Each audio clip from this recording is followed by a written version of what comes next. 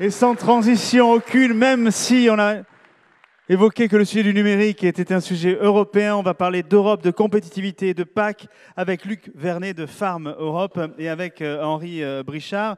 Alors évidemment, on change de contexte, mais on est dit la France bouge, le monde bouge, et bien l'Europe bouge aussi. Luc Vernet, évidemment, on va parler du budget européen, mais on va voir justement comment l'Europe bouge, et aujourd'hui, elle bouge fortement.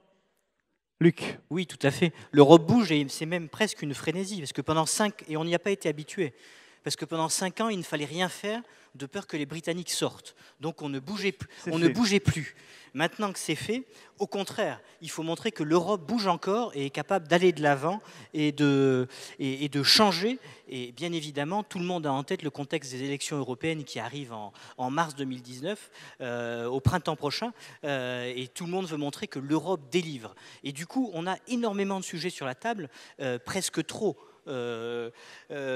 Le Brexit, il faut le régler avant le 31 mars 2019, il faut que les Britanniques soient sortis. On a bien évidemment la question du budget de la politique agricole commune, on a de nombreuses négociations commerciales en cours, le Mercosur, des tensions avec les États-Unis, etc. Et bien évidemment, en plus de tout cela, la réforme de la politique agricole commune et bien d'autres sujets. Donc un des défis dans cette période européenne extrêmement agitée, c'est de mettre de la cohérence. Et j'ai envie de dire quelque part, et peut-être un peu en référence aussi à ce qui a été dit avant sur les sujets numériques, sur l'énergie aussi, de l'intelligence agricole dans les sujets européens, qu'ils soient liés à la politique agricole commune, mais aussi sur l'ensemble des autres sujets, qu'ils soient sur la politique climatique. Aujourd'hui, il y a une directive extrêmement importante sur le climat et les biocarburants notamment. Oui. Donc il y a énormément de sujets comme ça entre aujourd'hui et les élections européennes qui vont occuper l'agenda européen. Vos questions, je rappelle le numéro SMS 06 44 63 07 14. On va rentrer un peu plus dans les leviers de compétitivité et notamment sur l'ambition économique de la future politique agricole commune, parce que finalement, est-ce qu'elle en a une d'ambition économique, Luc ?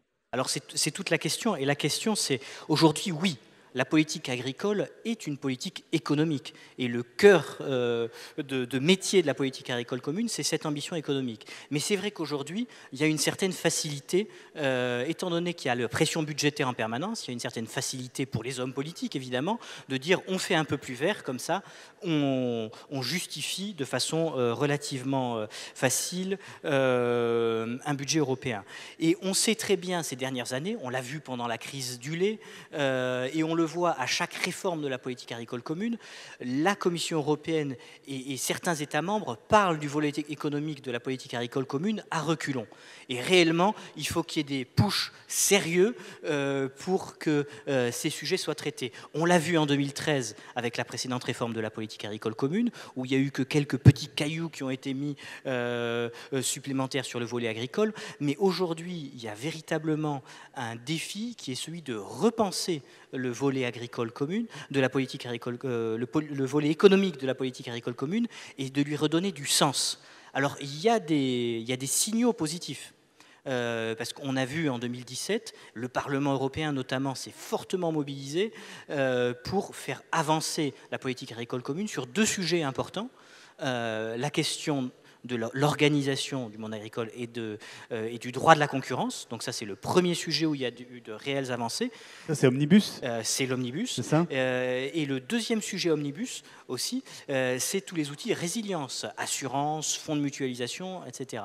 L'enjeu sur l'Omnibus, c'est réellement aujourd'hui, pour chaque État membre, et notamment pour la France, de s'approprier ces nouvelles possibilités pour la politique agricole qu'offre la politique agricole commune. Donc, utiliser les marges de manœuvre en termes d'organisation. Aujourd'hui, un certain nombre de choses sont possibles et peuvent être faites, donc faisons-les pour rétablir l'équilibre au sein de la chaîne alimentaire et aussi en termes de protection vis-à-vis des aléas et notamment en termes d'aléas climatiques pour protéger en termes d'assurance. Et après, le troisième défi, bien évidemment, c'est d'influencer la future politique agricole commune pour faire en sorte qu'elle retrouve ce sens économique et qu'elle ait encore plus d'ambition, donc faire un pas supplémentaire et éviter que ce soit d'autres qui fassent des propositions, mais réellement faire des propositions avancées.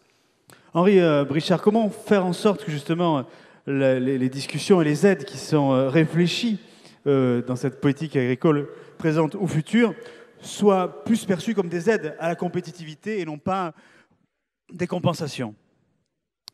Alors, déjà, on parle, une remarque préliminaire, on parle de la future politique agricole commune, pardon, dans un pays en France où en tout cas les agriculteurs ont déjà du mal à comprendre et à bien sentir ce qu'est la PAC actuelle, vu toutes les difficultés, je ferme la parenthèse. Pour la future politique agricole commune, effectivement, je crois qu'on est confronté, d'ailleurs dans nos débats internes au sein de la FNSEA, continuellement à ce double défi en termes de soutien, c'est-à-dire des soutiens qui sont obligatoires dans bien des productions, bien des territoires, pour permettre aux agriculteurs d'avoir des revenus. Mais Dieu sait que nous avons ce slogan et que nous crions régulièrement ce qu'on veut, ce n'est pas de subventions, mais pas de primes, mais des prix. Bon, voilà. Mais néanmoins, dans l'état actuel, et c'est en France comme dans les autres pays européens, malheureusement, les agriculteurs n'arrivent pas à toucher le juste retour qui leur permette d'avoir des revenus convenables sur leur exploitation. Alors, on reparlera peut-être des avancées et on pourra faire le lien avec la construction du prix d'une autre séquence. Mais en même temps, effectivement, quand on parle de compétitivité, il faut que ces soutiens puissent également servir aux territoires, aux exploitations, d'être dans une démarche beaucoup plus structurelle pour éventuellement, petit à petit, être moins dépendant de toutes ces subventions. Et c'est là l'enjeu dans lequel on est et auquel on est confronté. Et jouer sur ces deux thématiques que j'appellerais une de court terme plutôt et l'autre de moyen et long terme est extrêmement compliqué parce que ce n'est pas toujours forcément les mêmes outils et que les attentes très court terme des agriculteurs sont justifiées et qu'on est également obligé d'y répondre. C'est vrai, Luc Vernet, qu'on parlait effectivement des leviers de compétitivité, Omnibus qui en a desserré quelques-uns, mais il y a toutes les questions sur les systèmes assurantiels. Est-ce que les politiques publiques aujourd'hui ont un rôle à jouer pour passer notamment les crises qui peuvent arriver, ou est-ce que ce sont aux agriculteurs de s'assurer eux-mêmes? Il y a toutes ces questions-là aussi qui sont au cœur des réflexions. Je crois que le premier élément, et Henri vient de le souligner, c'est qu'aujourd'hui, en moyenne européenne, les paiements directs représentent plus ou moins 40% du revenu agricole. Dans certains pays, beaucoup plus. Dans d'autres pays, un peu moins, mais pas beaucoup moins. Et la France est globalement dans la moyenne. Donc aujourd'hui, il faut réfléchir et analyser les choses de façon pragmatique aussi. Les paiements directs sont une nécessité et ils correspondent aussi en Europe à un modèle d'agriculture. Parce que derrière les paiements directs, il ne faut pas oublier qu'il y a toute une série de conditionnalités, de règles respectées par les agriculteurs européens et qui ne sont pas respectées ailleurs dans le monde. Donc les paiements directs sont là et ils sont nécessaires. Après, on a bien vu, et on l'a vu ces 10 dernières années, ils sont nécessaires mais pas suffisants. Effectivement, la politique agricole commune, aujourd'hui et à travers l'omnibus, tend à soutenir davantage des mécanismes d'assurance, de fonds de mutualisation, et permet aux agriculteurs, en tant que chefs d'entreprise, de couvrir leurs risques dans une certaine mesure, avec le soutien de ces outils. Et ça, c'est un élément. C'est très important, et ce sera très important pour la France de faire le choix de ces outils et de permettre aux agriculteurs aussi de les utiliser avec les soutiens adéquats. L'Italie, par exemple, fait résolument le choix de ces outils et s'engage dans cette voie. D'autres pays européens le font aussi.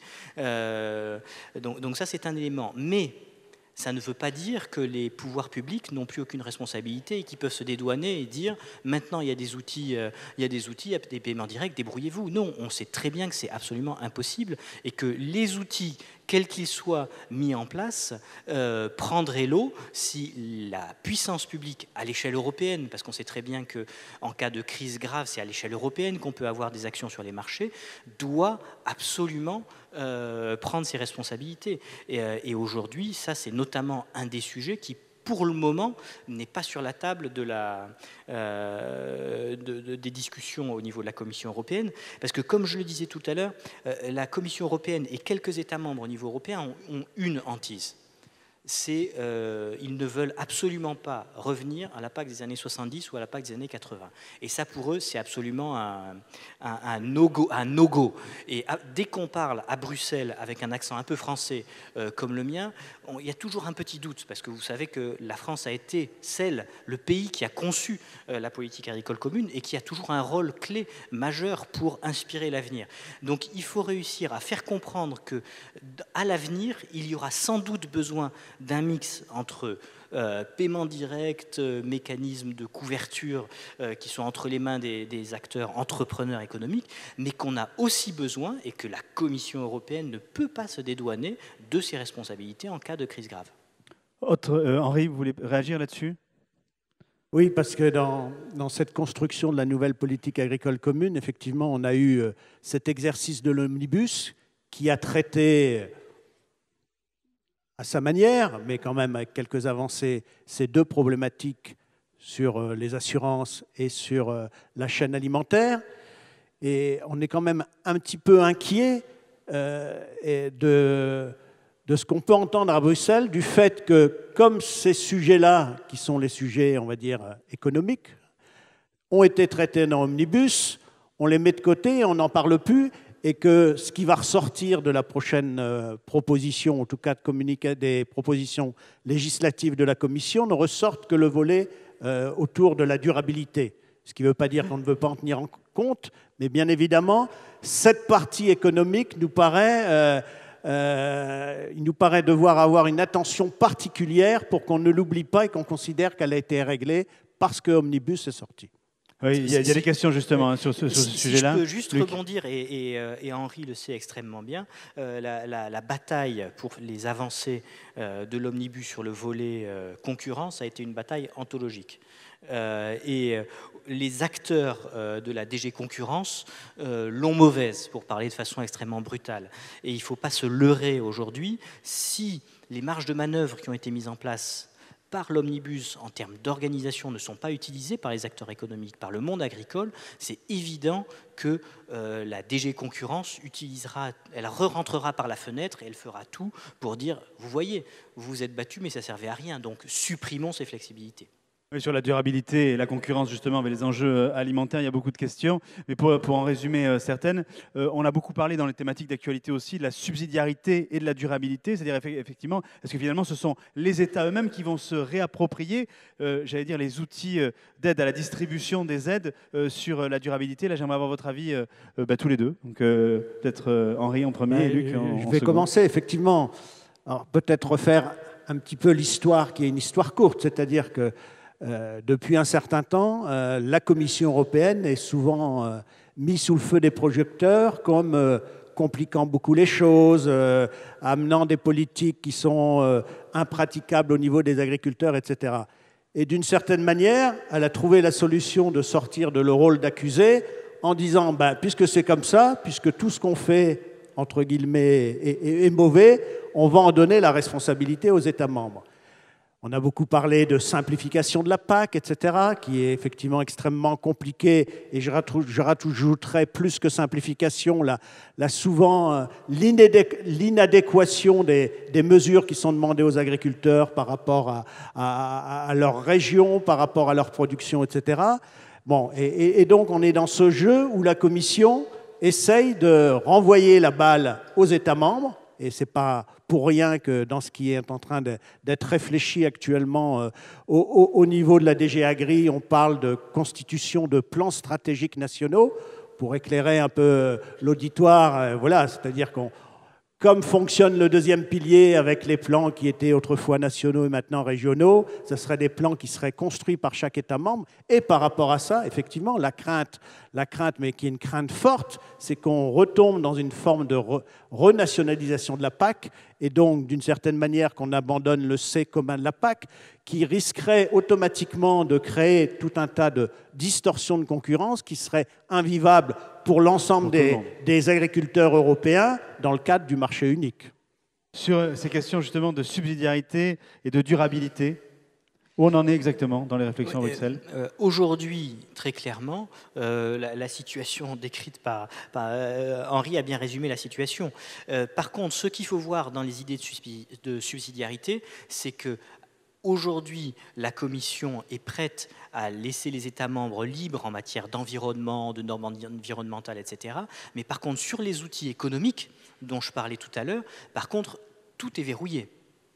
Et donc les marges de manœuvre que la Commission laisserait aux États membres sur le volet économique sont proches de zéro. C'est-à-dire qu'en matière, on a déjà un grand nombre de flexibilités au niveau des États membres dans l'application du premier pilier. On s'en souvient, la mise en œuvre en France qui a été longue et pénible, fastidieuse, et liée en partie à ces flexibilités, aux arbitrages qui étaient compliqués à faire. Mais aujourd'hui, dans les projets de la Commission, elle maintient l'intégralité des flexibilités telles qu'elles sont là aujourd'hui. Donc parfois j'entends dire oui, mais on pourrait faire à notre sauce quelque chose de plus intéressant au niveau national sur le volet économique. Non, parce qu'aujourd'hui, ces choses-là seraient ficelées, totalement ficelées. Par contre, les flexibilités qu'envisage la Commission sur le volet économique vont extrêmement loin, parce qu'aujourd'hui, on est vraiment dans les discussions finales internes à la Commission pour les propositions législatives qui pourraient, si le calendrier est tenu, être présentées au mois de juin. La Commission est prête à laisser les États membres, par exemple pour le premier pilier, faire 100% d'éco-scheme, 100% de politique environnementale. Ils vont jusque-là, en disant le volet économique, si vous voulez pas le faire, vous ne le faites pas. Donc, en termes de distorsion de concurrence, on voit jusqu'où on peut aller dans ces stratégies nationales. Donc, il y a un vrai risque. La Commission est allée extrêmement loin, et j'espère qu'elle est en train de réaliser les risques associés à sa proposition de départ, mais elle est allée loin avec cette idée. Toujours, c'est la question permanente, c'est comment on fait pour justifier le budget et éviter une baisse trop conséquente. Si on est un peu plus vert, on y arrivera. Mais c'est clair qu'il y a peu de responsabilité politique pour justifier clairement de la part de la Commission que la politique agricole commune a une ambition économique. Donc elle ne prend pas son risque. Henri Brichard, là aussi vos propositions sur ce sujet?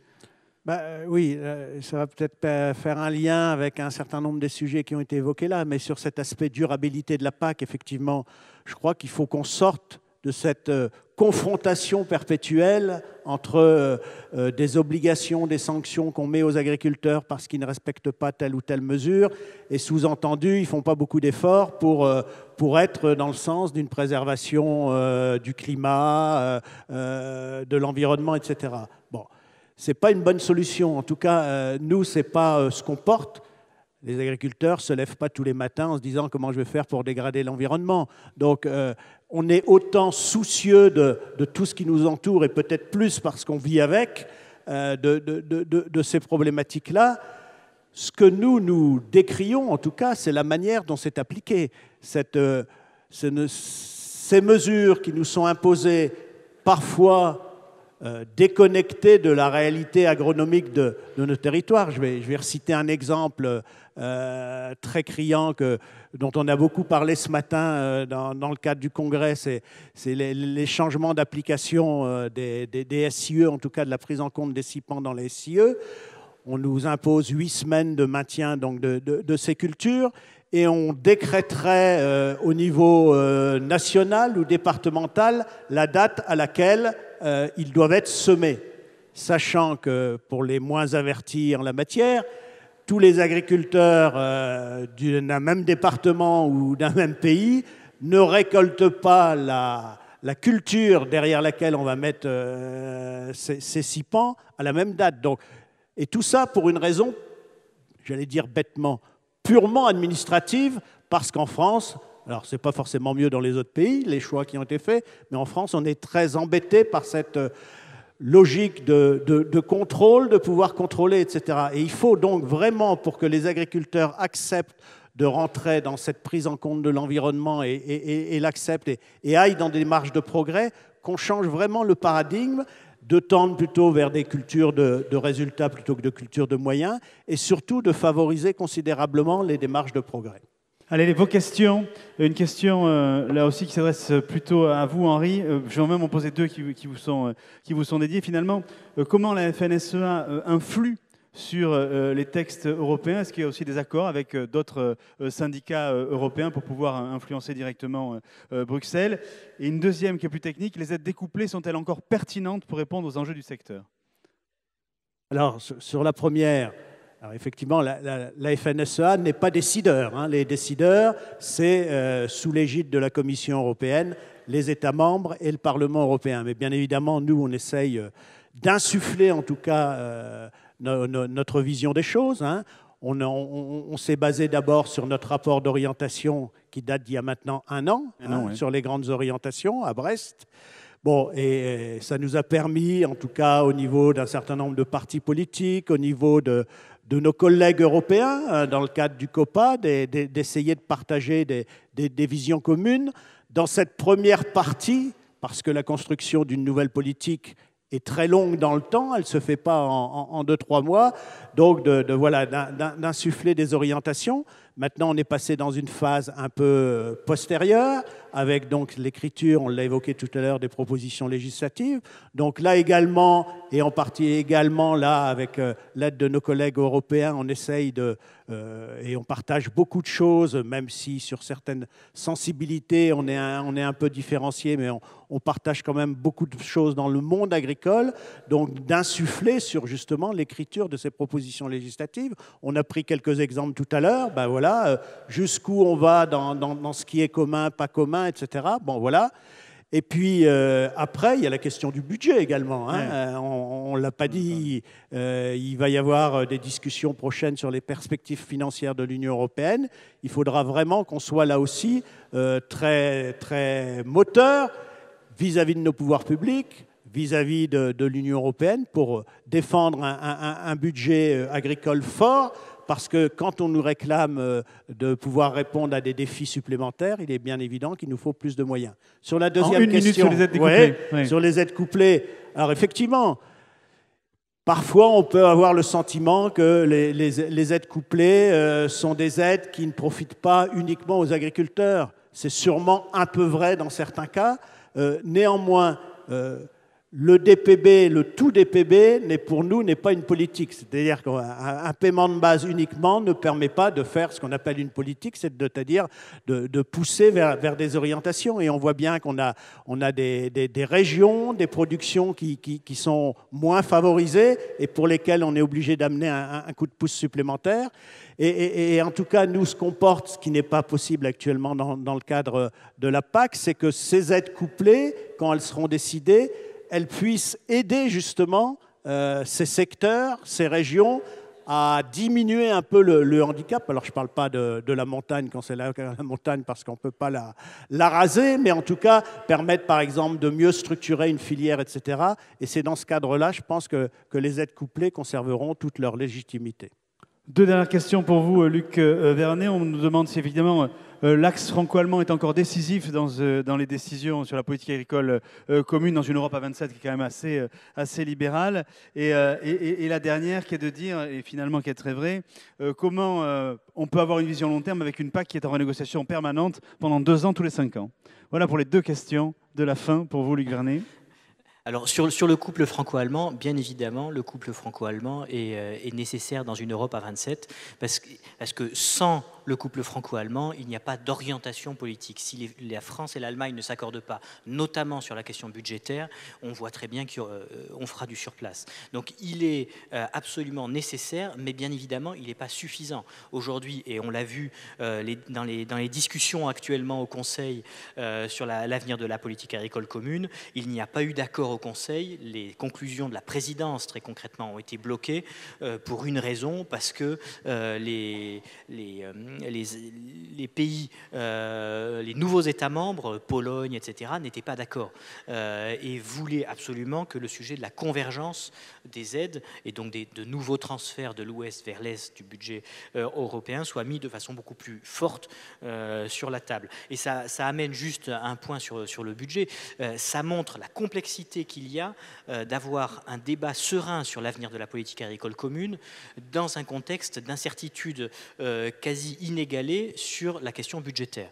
Parce que c'est évident, on l'a évoqué juste en une phrase, le Brexit laisse un trou dans le budget communautaire, les Britanniques sont contributeurs nets, ça veut dire qu'ils contribuent au budget européen plus qu'ils ne reçoivent, et donc ça veut dire que grosso modo, il y a une dizaine de milliards, 10, 13, qui manquent. Il faudra être extrêmement vigilant dans les mois à venir sur ce calcul du coût de la PAC, du Brexit, notamment pour la PAC, parce qu'il ne faudrait pas que la PAC paye pour l'intégralité de la baisse budgétaire. Donc ça c'est un élément.